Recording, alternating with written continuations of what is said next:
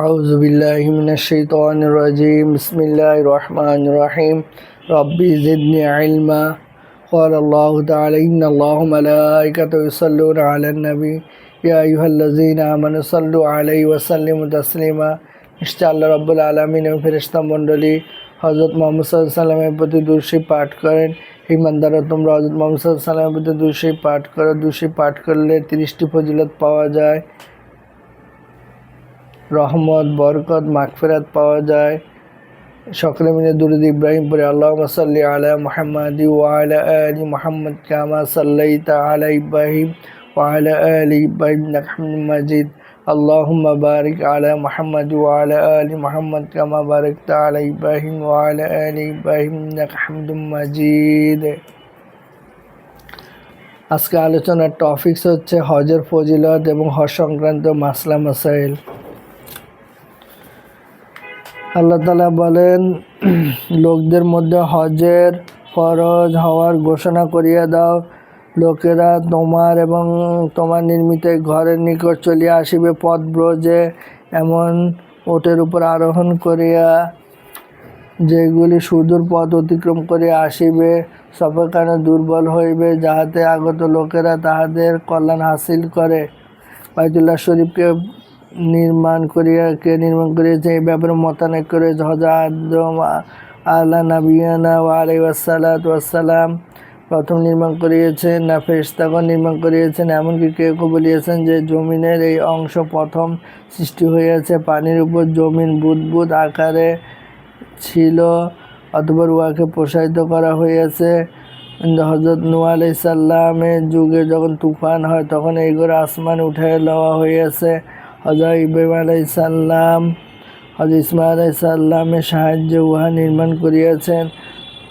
পরে নিম্নোক্ত ওয়াইদ ইয়ারফাউ ইব্রাহিম আল কওয়াইদ মিনাল বাইতি ওয়া ইসমাঈল স্মরণ করে যখন ইব্রাহিম ও ইসমাঈল কাবাঘরের ভিত্তি স্থাপন করেছিল। হজের মৌসুম কয়েকটি মাস যাহা প্রসিদ্ধ জানা আছে। পহেলা শাওয়াল হইতে দশম জিলহজ। অতএব যে ব্যক্তি এই দিনগুলিতে নিজের উপর হজ স্থির করিয়া লয়, হজের এহরাম বাঁধিয়া লয়, তখন তাহার জন্য না কোনো অশ্লীল কথা বলা জায়েজ আছে, আর না অসৎ কাজ দুরস্ত আছে, আর না কোনো প্রকার ঝগড়া বিবাদ করা উচিত হইবে, বরং তাহার জন্য উচিত সর্বদা নেক কাজে লাগিয়া থাকা। আর তোমরা যে কোনো নেক কাজ করিবে, আল্লাহ তাআলা তাহা জানেন। তিনি প্রত্যেক ব্যক্তির প্রতিটি বিষয় সম্পর্কে সর্বদা অবগত আছেন। কর্ম অনুযায়ী পুরস্কার ও শাস্তি প্রদান করিয়া থাকেন। অতএব এই মোবারকের সময় যে কোনো নেক আমল করা হইবে, উহার অনেক বেশি পুরস্কার দান করা হইবে। আজ আমি তোমাদের দিনকে পরিপূর্ণ করিয়া দিলাম, তোমাদের উপর আমার নিয়ামতকে পূর্ণ করিয়া দিলাম, আর আমি ইসলামকে তোমাদের জন্য দিন হিসাবে পছন্দ করিয়া লইলাম। কিয়ামত পর্যন্ত ইহাই তোমাদের দিন হিসাবে থাকিবে, উহাকে বাতিল করিয়া আর কোনো দিন সাব্যস্ত করা হইবে না। হজের ফজিলতের সময়ের মধ্যে ইহাও একটি, এই যে এই আয়াত যাহাতে দিন পরিপূর্ণ হওয়ার সংবাদ রয়েছে, হজের সময় নাজিল হইয়াছে। ইমাম গাজ্জালী রাহমাতুল্লাহ আলাইহি ইহইয়াউল উলুম গ্রন্থে লিখিয়াছেন যে হজ ইসলামের একটি বুনিয়াদ রোকন। ইহার উপর সকল আরকান ইসলাম শেষ হইয়াছে, এর উপর ইসলাম পরিপূর্ণ হইয়াছে। এই বিষয়ে আলিয়ামা আকমালতু লাকুম এর আয়াত অবতীর্ণ হইয়াছে। রাসূল সাল্লাল্লাহু আলাইহি ওয়াসাল্লাম ইরশাদ করেন, যে ব্যক্তি আল্লাহর জন্য এমনভাবে হজ করে যে সে হজ না কোনো অশ্লীল কথা বা আর না শরীয়ত বিরোধী কোনো কাজ করে, তবে সে হজ হইতে এমন নিষ্পাপ হইয়া ফিরিয়া আসে যেমন মাতৃগর্ভ হইতে যেমন দুনিয়াতে নিষ্পাপ অবস্থায় বাহির হইয়া আসিয়াছিল।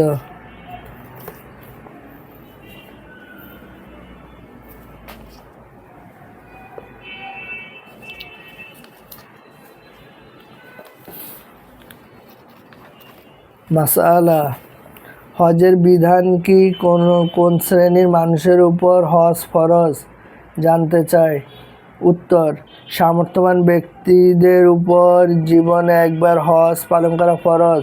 আল্লাহ তাআলা ইরশাদ, যেসব মানুষ মক্কায় গমনে সামর্থ্য রাখে তাদের উপর আল্লাহ তাআলার জন্য এ ঘরের হজ পালন করা ফরজ। রাসূলুল্লাহ সাল্লাম বলেন, ইসলামের ভিত্তি হলো 5টি। এক, এই কথা সাক্ষ্য দেওয়া আল্লাহ তাআলা ব্যতীত আর কোনো ইলাহ নেই, মুহাম্মদ সাল্লাল্লাহু আল্লাহ তাআলার রাসূল। নামাজ প্রতিষ্ঠা করা, যাকাত প্রদান করা, আল্লাহর ঘরের হজ পালন করা, রমজানের রোজা রাখা। 2, যে ব্যক্তির নিকট মক্কা শরীফ থেকে হজ পালন করে ফিরে আসার আগ পর্যন্ত পরিবারের আবশ্যকীয় ব্যয় ব্যতি রেখে মক্কা শরীফ যাতায়াতের মোটামুটি খরচ পরিমাণ অর্থ রয়েছে তার উপর হজ পালন করা ফরজ। হজ ফরজ হওয়ার ক্ষেত্রে ব্যবসায়িক পণ্য এবং প্রয়োজনের অতিরিক্ত জমির মূল্য বিবেচিত হবে। 3, মেয়ে লোকদের জন্য নিজ স্বামী বা নিজের কোনো বিশ্বস্ত ধার্মিক মাহরাম ব্যতীত হজ পালন করা অনুমোদিত নয়। অন্ধ এবং নাবালক শিশুর উপর হজ পালন করা ফরজ নয়। সূরা আলে ইমরান আয়াত 97, সহিহ বুখারী হাদিস 8, আদ-দুরুল মুখতার 3/450। মাসালা, হজের ফরজসমূহ কি কি জানিয়ে বাধিত করিবেন। হজের ক্ষেত্রে ফরজ বিষয়গুলো: ইহরাম বাঁধা, উকুফে আরাফা, তাওয়াফে জিয়ারত। আদ-দুরুল মুখতার 3/468, 469। মাসালা, হজের ওয়াজিব সমূহ কি কি জানিয়ে বাধিত করিবেন। হজের ওয়াজিব বিষয়গুলো হলো উকুফে মুজদালিফা, সাফা মারওয়া সাই করা, পাথর নিক্ষেপ করা, হজে কিরান বা তামাত্তু ক্ষেত্রে কুরবানি করা, মাথা মুন্ডন বা চুল খাটো করা, তওয়াফে বিদা ইত্যাদি। এক্ষেত্রে সার্বিক মূলনীতি হলো হজের যেসব কাজ পরিত্যাগের ফলে দম তথা রক্তপাত প্রদান করতে হয় সেসব কাজ হজের ক্ষেত্রে ওয়াজিব বলে গণ্য। আদ-দুরুল মুখতার 3/468, 469, 473।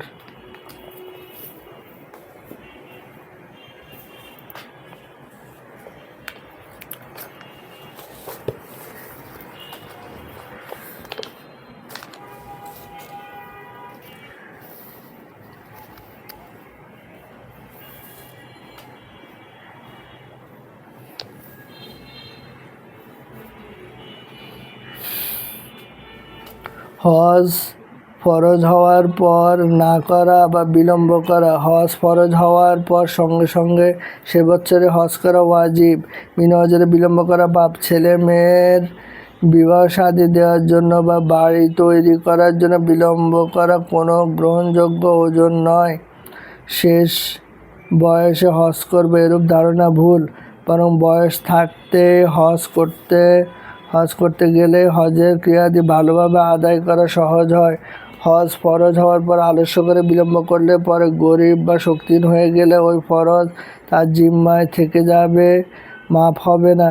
যে কোনো উপায়ে তাকে হজ করতে হবে। মৃত্যুর পূর্বে বদলি হজের ওসিয়ত করে যেতে হবে। পিতা মাতার হজের পূর্বে সন্তান হজ করতে পারে না, এই ধারণা ভুল। অতএব এই ধারণার বশবর্তী হয়ে হজে বিলম্ব করা গ্রহণযোগ্য ওজন নয়। হজ ফরজ হওয়া সত্ত্বেও যে হজ না করে মৃত্যুবরণ করে তার জন্য ভীষণ আযাবের সংবাদ দেওয়া হয়েছে। এরূপ লোক সম্পর্কে হাদিসে বলা হয়েছে, সে ইহুদি হয়ে মরুক বা নাসারা হয়ে মরুক। সুনানে দারিমি। হজের সফরের আদবসমূহ: নিয়ত খালেস করে নিবেন, একমাত্র আল্লাহকে রাজি খুশি করার নিয়ত রাখবেন। নাম, শোহরত, যশ খ্যাতি, দেশ ভ্রমণ, আবহাওয়া পরিবর্তন, হাজি উপাধি অর্জন ইত্যাদি নিয়ত রাখবেন না। খাঁটি অন্তরে তওবা করতে হবে, কৃত গুনাহের জন্য অনুতপ্ত হতে হবে, এখনই গুনাহ বর্জন করতে হবে, ভবিষ্যতে গুনাহ না করার পাকাপোক্ত নিয়ত করতে হবে। কারো টাকা পয়সা বা সম্পদের হক নষ্ট করে থাকলে তার ক্ষতিপূরণ দিয়ে দিতে হবে। পাওনাদাররা জীবিত না থাকলে তাদের উত্তরাধিকারীদের থেকে তার নিষ্পত্তি করে নিতে হবে। সেরূপ কারো সন্ধান না পেলে পাওনাদারদের সওয়াবের নিয়তে পাওনা পরিমাণ অর্থ তাদের পক্ষ থেকে দান করে দিতে হবে। কাউকে কষ্ট দিয়ে থাকলে তার থেকে মাফ করিয়ে নিতে হবে। মাতা পিতা জীবিত থাকলে এবং তাদের খেদমত থাকার প্রয়োজন থাকলে তাদের ইজাজত ব্যতীত নফল হজ গমন করা মাকরুহ। খেদমতের প্রয়োজন থাকলে ফরজ হজ ইজাজত ব্যতীত যাওয়া মাকরুহ নয়। যদি পথঘাট নিরাপদ থাকে পিতা মাতারও উচিত ইজাজত দিয়ে দেয়া। সফর থেকে ফিরে আসা পর্যন্ত সময়ের জন্য পরিবার পরিজন ও অধীনস্থদের প্রয়োজনীয় খরচাদির ব্যবস্থা করা যেতে হবে। কোনো ঋণ নগদ আদায় করার থাকলে পাওনাদারের অনুমতি গ্রহণ করবেন। তার অনুমতি ব্যতীত হজে গমন করা মাকরুহ। তবে যদি কাউকে ঋণ আদায়ের দায়িত্ব অর্পণ করে যাওয়া যায় এবং পাওনাদারগণ তাতে সম্মত থাকে তাহলে অনুমতি ব্যতীত যাওয়া মাকরুহ হবে না। আর ঋণ যদি নগদ আদায় করার না হয় বরং মেয়াদ বাকি থাকে, মেয়াদের পূর্বে হজ থেকে ফিরে আসার হয়, তাহলে সে পাওনাদারের অনুমতি গ্রহণ ব্যতীত হজে গমন কোনো অসুবিধা নেই। তো পাওনা দাওনা সম্পর্কিত একটা তালিকা তৈরি করে রেখে যাবেন। নিজের কাছে কারো থেকে ধার করা জিনিস বা কারো আমানত থাকলে তা মালিককে বুঝিয়ে দিয়ে যাওয়া চাই।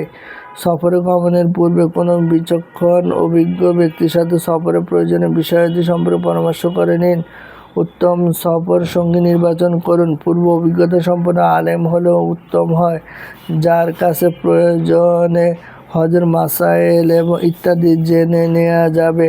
আলেম না হলে অন্তত একজন অভিজ্ঞ দিনদার হাজিকে সফরসঙ্গী বানানোর চেষ্টা করবেন। হজের মাসাইল শিক্ষা করে নেবেন। হজের মাসাইল শিক্ষা করাও ফরজ। দোয়া কালামের ফজিলত আছে, তবে দোয়া কালামের উপর জোর দিতে যে জরুরি মাসাইল থেকে অমনোযোগী উদাসীন হওয়া চায় না।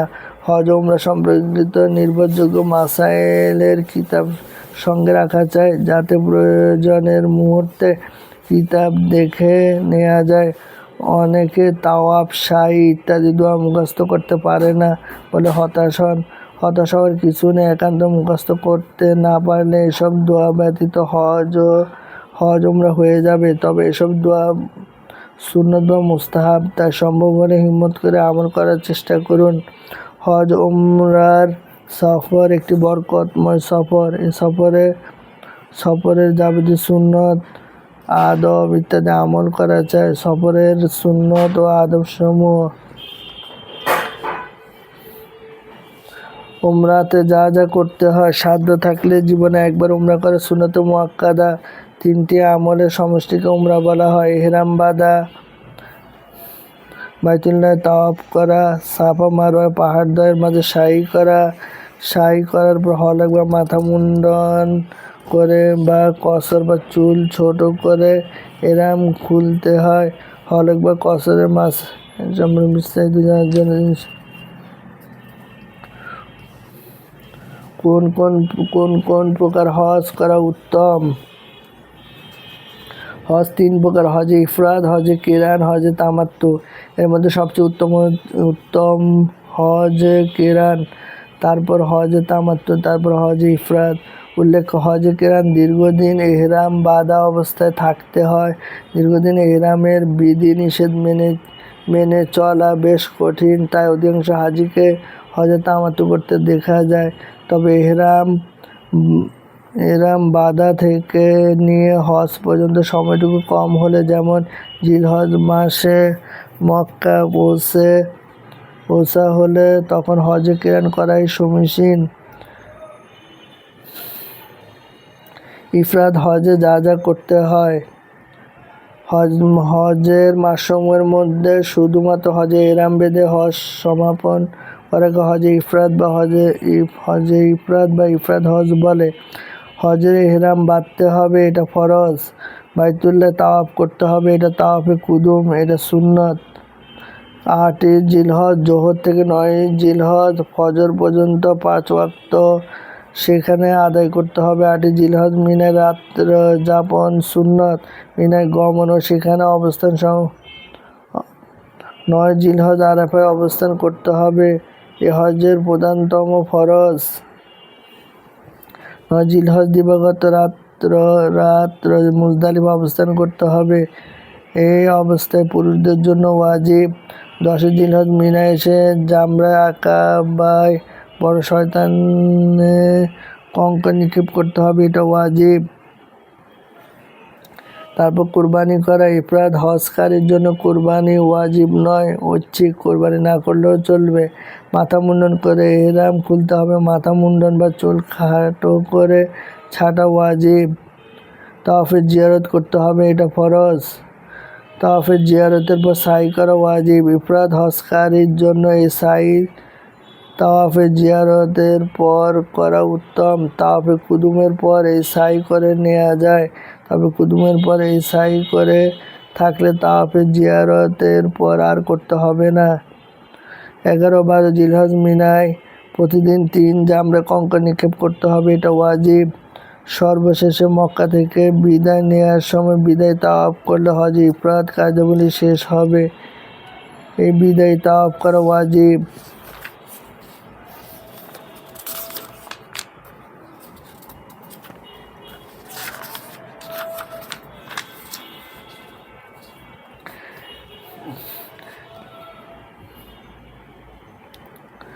কিরান হজে যা যা করতে হয়। প্রথমে উমরা ও হজ উভয়টার নিয়তে ইহরাম বাঁধবে। ইহরাম বাঁধা উমরার ফরজ। বাইতুল্লাহ প্রবেশ করে তাওয়াফ উমরা বা উমরা তাওয়াফ আদায় করবে। এই তাওয়াফ উমরার ফরজ। তাওয়াফের পর উমরা সাই করবে, এই সাই উমরার ওয়াজিব। তারপর তাওয়াফে কুদুম করবে। মিকাতের বাইরে থেকে মক্কায় প্রবেশকারীদের জন্য এই তাওয়াফ সুন্নত। তারপর সাই করবে, এই সাই ওয়াজিব।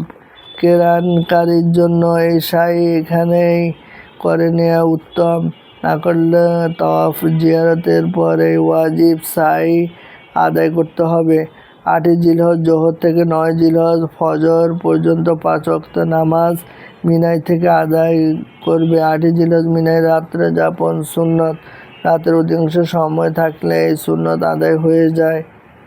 9 জিলহজ সূর্য ডলা থেকে সূর্য অস্ত যাওয়া পর্যন্ত উকুফে আরাফা বা আরাফায় অবস্থান করবে, এটা হজের অন্যতম ফরজ।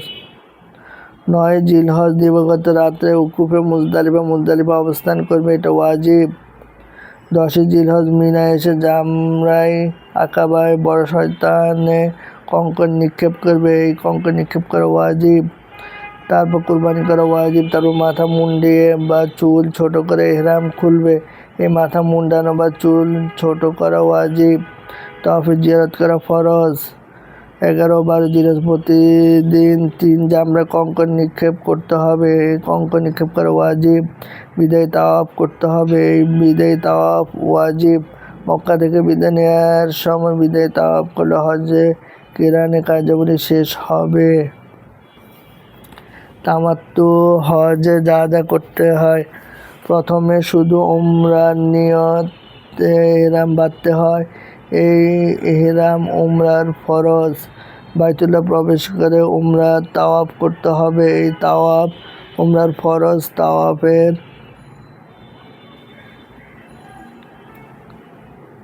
এই তাওয়াফ উমরার ফরজ। তারপর উমরা সাই করতে হবে, এই সাই ওয়াজিব। তারপর মাথা মুন্ডন করে বা চুল ছোট করে উমরার ইহরাম খুলতে হবে, এই মাথা মুন্ডন করা বা চুল ছোট করা ওয়াজিব। তারপর 8 জিলহজ হজের উদ্দেশ্যে ইহরাম বাঁধতে হয়। ইহরাম বাঁধা হজের একটি ফরজ। এই ইহরাম মক্কা শরীফ থেকে বাঁধা হবে। 8 জিলহজ মিনায় গমন করে সেখান থেকে জোহর আসর মাগরিব এশা 9 জিলহজের ফজর সর্বমোট এই 5 ওয়াক্ত নামাজ পড়তে হবে। 8 জিলহজ মিনায় যাপন সুন্নত। 9 জিলহজ উকুফে আরাফা বা আরাফার ময়দানে অবস্থান করতে হবে। উকুফে আরাফা হজের একটি অন্যতম ফরজ। 9 জিলহজ দিবাগত রাত উকুফে মুজদালিফা অবস্থান করতে হবে, এটা ওয়াজিব। 10 জিলহজ মিনায় এসে জামরায় আকাবায় শয়তানে কঙ্কর নিক্ষেপ করতে হবে, এটা ওয়াজিব। তারপর কুরবানি করতে হবে, তারপর মাথা মুন্ডাতে হবে, চুল ছোট করতে হবে, এটা ওয়াজিব।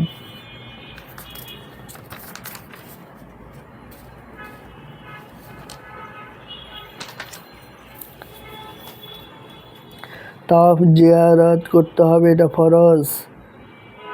তাওয়াফে জিয়ারতের সাই করতে হবে, এই সাই ওয়াজিব। 11-12 জিলহজ মিনায় প্রত্যেক দিন 3 জামরায় কঙ্কর নিক্ষেপ করতে হবে, এটা ওয়াজিব। সর্বশেষে বিদায় তাওয়াফ করতে হবে, এই বিদায় তাওয়াফ করা ওয়াজিব।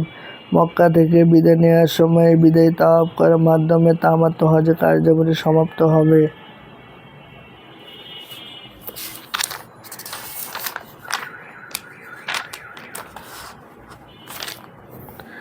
এহরামের মাসাইল। এহরামের জন্য নির্দিষ্ট পোশাক পরিধান পূর্বক হজ অথবা উমরা কিংবা হজ ও উমরা উভয়টি নিয়ত করে তালবিয়া পড়া এবং বাইতুল্লাহ শরীফের তাওয়াফ ও সাফা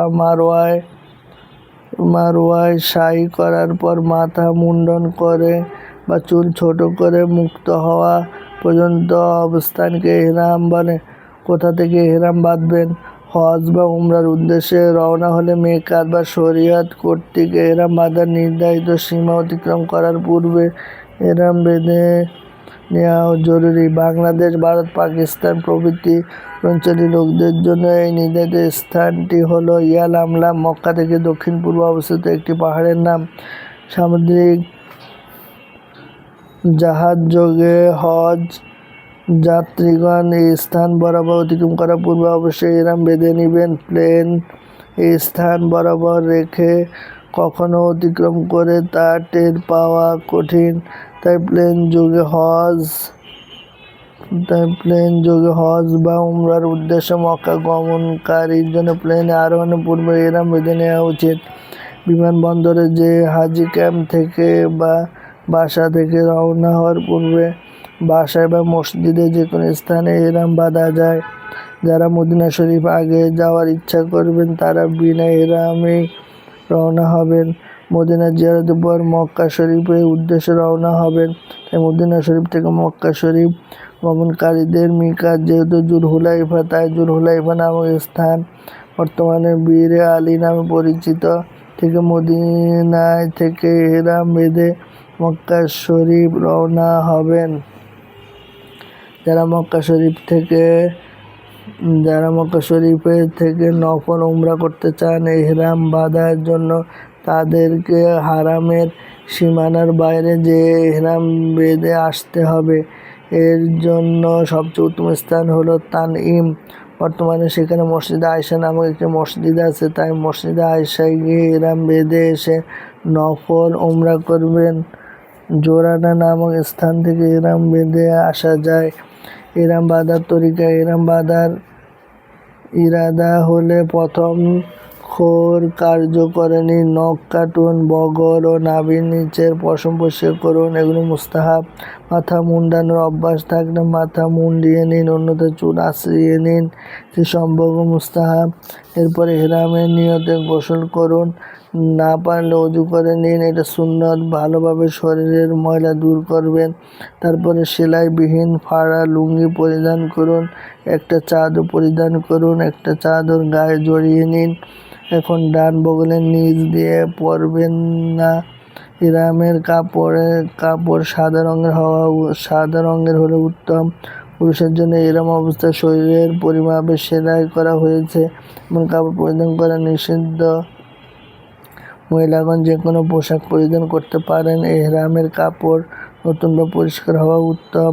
তারপর সুগন্ধি লাগিয়ে নিন, এটা সুন্নত। তারপর এহরামের নিয়তে 2 রাকাত নফল নামাজ পড়ে নিন, এটা সুন্নত। এই 2 রাকাতের মধ্যে প্রথম রাকাতে সূরা কাহফ, দ্বিতীয় রাকাতে সূরা ইখলাস পড়া উত্তম। এই নামাজ মাথায় টুপি সহকারে বা মাথা ঢেকেই পড়তে হয়। নামাজে নিষিদ্ধ বা মাকরুহ ওয়াক্ত এহরাম বাঁধতে হলে এহরামের নামাজ না পড়ে এহরাম বাঁধতে হয়। নামাজের পর টুপি খুলে রেখে বা মাথা খালি করে কিবলামুখী থেকে এহরামের নিয়ত করতে হবে। বসে বসে নিয়ত করা উত্তম এবং নিয়ত মুখে উচ্চারণ করা উত্তম। শুধু উমরার এহরাম হলে এভাবে নিয়ত করুন। আল্লাহুম্মা ইন্নী উরিদুল উমরাতা ফায়াসসিরহা লি ওয়া তাকাব্বালহা মিন্নি। হে আল্লাহ, আমি উমরা করতে চাই, তুমি আমার জন্য তা সহজ করে দাও এবং কবুল করো। শুধু হজের ইহরাম হলে এভাবে নিয়ত করুন, আল্লাহুম্মা ইন্নী উরিদুল হাজ্জা ফায়াসসিরহু লি ওয়া তাকাব্বালহু মিন্নি। হে আল্লাহ, আমি হজ করতে চাই, তুমি আমার জন্য তা সহজ করে দাও এবং আমার থেকে তা কবুল করো। উমরা ও হজ উভয়টার ইহরাম হলে এভাবে নিয়ত, আল্লাহুম্মা ইন্নী উরিদুল হাজ্জ ওয়াল উমরাতা ফায়াসসিরহুমা লি ওয়া তাকাব্বালহুমা মিন্নি।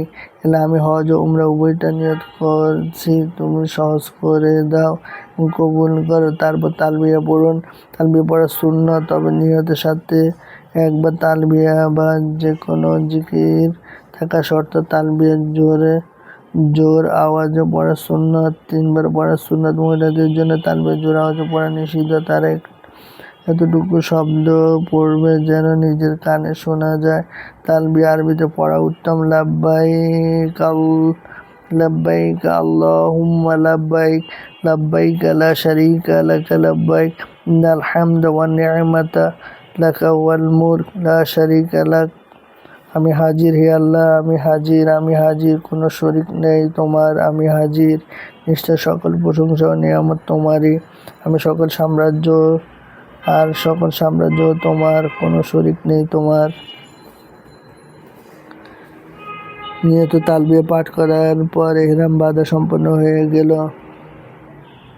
তারপর দুরূদ শরীফ পড়ুন, যা ইচ্ছা আল্লাহর কাছে প্রার্থনা করুন, তবে এই দোয়া করা উত্তম। ইন্নী আসআলুকা রিদাকা ওয়াল জান্নাত ওয়া আউযু বিকা মিন গাদাবিকা ওয়ান নার। আমি তোমার নিকট চাই তোমার সন্তুষ্টি এবং জান্নাত, আর তোমার অসন্তোষ ও জাহান্নাম থেকে তোমার কাছে পানা চাই। মহিলাগণ হায়েজ নিফাস অবস্থায় থাকতে নামাজ না পড়ে শুধু নিয়ত করে এবং তালবিয়া পড়ে নিলে ইহরাম শুরু হয়ে যাবে। এরম অবস্থায় যা করা উত্তম, এরম অবস্থায় অধিক পরিমাণে তালবিয়া পড়তে থাকা উত্তম। গাড়িতে উঠতে, গাড়ি থেকে নামতে, কোনো উঁচু স্থানে উঠতে, নিজ স্থানে নামতে, প্রত্যেক নামাজের পর ইত্যাদি মুহূর্তে তালবিয়া পড়া মুস্তাহাব। তালবিয়া পুরুষগণ জোর আওয়াজে পড়বেন, তবে এত জোরে নয় যেন নিজের বা কোনো নামাজির বা ঘুমন্ত মানুষের অসুবিধা হয়। ঘর থেকে বের হওয়ার সময়, প্রবেশের সময়, সাক্ষাতের সময়, বিদায়ের সময়, উঠতে বসে, সকাল সন্ধ্যা করতে যে কোনো ভাবে অবস্থা পরিবর্তন হলে সেই সময় তালবিয়া পড়া মুস্তাহাব। তালবিয়ার স্থানে লা ইলাহা ইল্লাল্লাহ, আল্লাহু আকবার বাক্যগুলো বলা যায়, তবে তালবিয়ার শব্দগুলো বলাই সুন্নাত। অবস্থা যা নিষিদ্ধ। পুরুষের জন্য শরীরের পরিমাপে বানানো হয়েছে এমন সেলাইযুক্ত পোশাক নিষিদ্ধ। জামা, পায়জামা, জাঙ্গিয়া, টুপি, গেঞ্জি, মোজা, সোয়েটার। মহিলাদের জন্য হাত মোজা, পা মোজা, অলংকার পরিধান করা জায়েজ, তবে না করা উত্তম। ইচ্ছাকৃত হোক বা অনিচ্ছাকৃত। পুরুষের জন্য মাথা ও চেহারা এবং মহিলাদের জন্য শুধু চেহারা ঢাকা নিষিদ্ধ। মহিলাদের জন্য মাথা ঢাকা রাখা ওয়াজিব। পুরুষগণ কান ও গলা ঢাকতে পারেন। এমন জুতা, স্যান্ডেল পরিধান করা নিষিদ্ধ যাতে পায়ের মধ্যবর্তী উঁচু হাড় ঢাকা পড়ে যায়। মহিলাগণ এরূপ জুতা, স্যান্ডেল পরিধান করতে পারেন। শরীরপোকা সুগন্ধি ব্যবহার করা নিষিদ্ধ। সুগন্ধিযুক্ত সাবান ব্যবহার করাও নিষিদ্ধ। নখ, চুল, পশম কাটানো নিষিদ্ধ। স্থলভাগের প্রাণী শিকার করা সে কাজে কোনরূপ সহযোগিতা করা নিষিদ্ধ, তবে মশা, মাছি, 4 প্রকার সাপ, বিচ্ছু, কষ্টদায়ক প্রাণী মারা যায়। সহবাস সম্পর্কিত কোন আলোচনা, চুমু দেয়া এবং শাহওয়াত উত্তেজনা সহকারে স্পর্শ করা নিষিদ্ধ। ঝগড়া বিবাদ করা বা কোনো গুনাহের কাজ করা নিষিদ্ধ, এগুলোতেই নিষিদ্ধ। এরম অবস্থায় আরো কঠোর ভাবে নিষিদ্ধ। উকুন মারা নিষিদ্ধ। অন্যের জন্য চেহারা ঢাকা নিষিদ্ধ। এর অর্থ এই নয় যে চেহারা সম্পূর্ণ খোলা রাখতে হবে যাতে পরপুরুষে চেহারা দেখতে পায়, বরং এর অর্থ হলো চেহারার সাথে নেকাব বা কোনো কাপড় লাগিয়ে রাখা নিষিদ্ধ। তাদের জন্য এরম অবস্থায় পর্দা করা জরুরি। আবার চেহারায় কোনো কাপড় বা নেকাব লাগানো নিষিদ্ধ। এর উপায় হলো তারা চেহারার সাথে লাগতে না পারে এমন কিছু কপালের উপর বেঁধে তার উপর নেকাব ঝুলিয়ে দিবে। মহিলাগুলির ব্যাপারে গাফিলতি করে থাকেন, এরূপ করা চায় না। অবস্থা জায়দা মাকরুহ। শরীরের ময়লা পরিষ্কার করা মাকরুহ। চুল বা দাড়ি বা শরীরে সাবান লাগানো মাকরুহ। চুল বা দাড়িতে চিরুনি করা মাকরুহ। এমনিভাবে